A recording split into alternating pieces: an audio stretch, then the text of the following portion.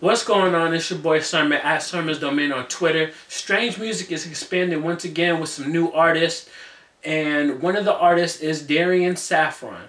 He is a 20-year-old St. Louis, Missouri singer-songwriter that signed to Strange Music recently, and he's putting out his first EP, the Brilliant EP.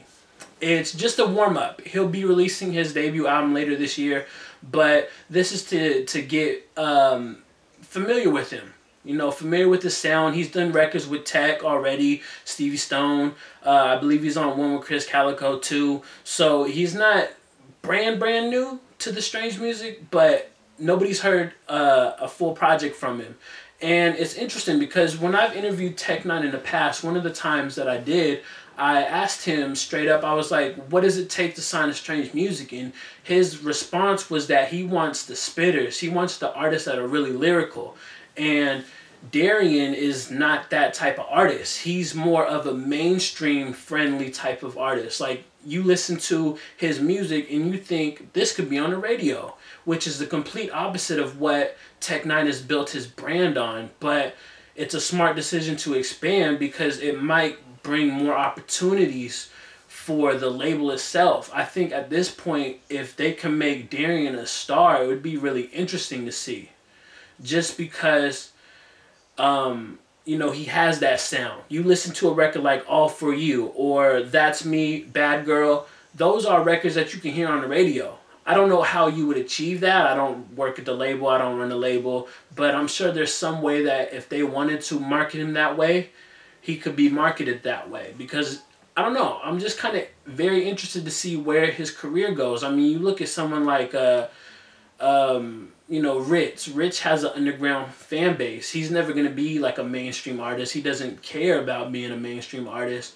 But Darrein has that sound, so I'm interested to see if they market him that way or if they kind of keep him within like the same, you know, the same realm as everybody else on the label. Getting into the project though, I was very impressed. I mentioned All For You, that's my favorite record. The cool thing about it is that he shows off that he can actually spit.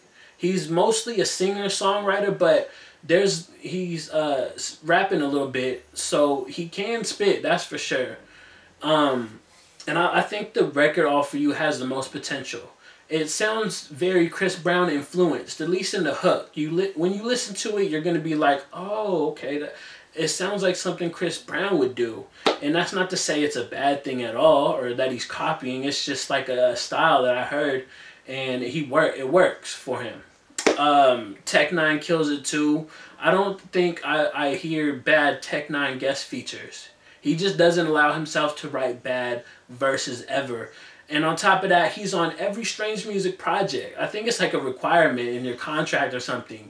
You have to have Tech Nine on one of your songs. I don't know, but it seems like the actual thing because he's always on other people's projects, which is a smart idea because in between his albums that he drops pretty much annually, fans definitely want to hear more Tech, and Tech doesn't put out free music. He doesn't put out mixtapes or freestyles or remixes. So having him pop up throughout the year on other Strange Music releases is a way to A, get the fans to want to listen to that album, and B, satisfy them with more Tech.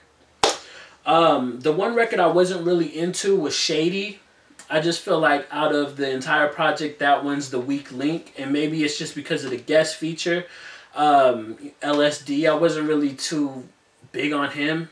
But I have a press release here for the project, and one of the quotes I wanted to read was, "When I get in the booth, I freestyle about my life.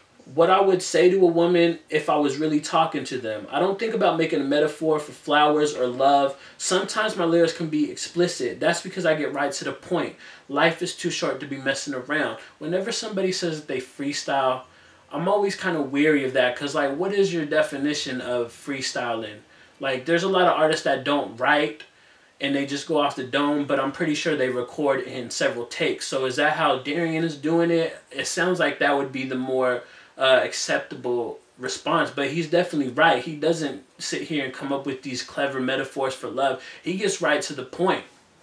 And The other thing that I wanted to highlight was his upcoming debut album called Call Logs. I thought it was cool because he's describing the concept as every song is a different story. Picture it as a call log. Every call is a different story. So he's structuring the album as if it's a call log and every song has a different story to it. He says he has 12 songs done. We can expect it in the fall. But for right now, the Brilliant EP is going to impress you. You're going to like it if you give it a chance. And I would definitely like to know what you think about it in the comment section below. And then like the video, subscribe to the channel if you're not already, share the video. Follow me on Twitter at @SermonsDomain. And as always, thank you for your time. I appreciate you for watching. And until next time, peace.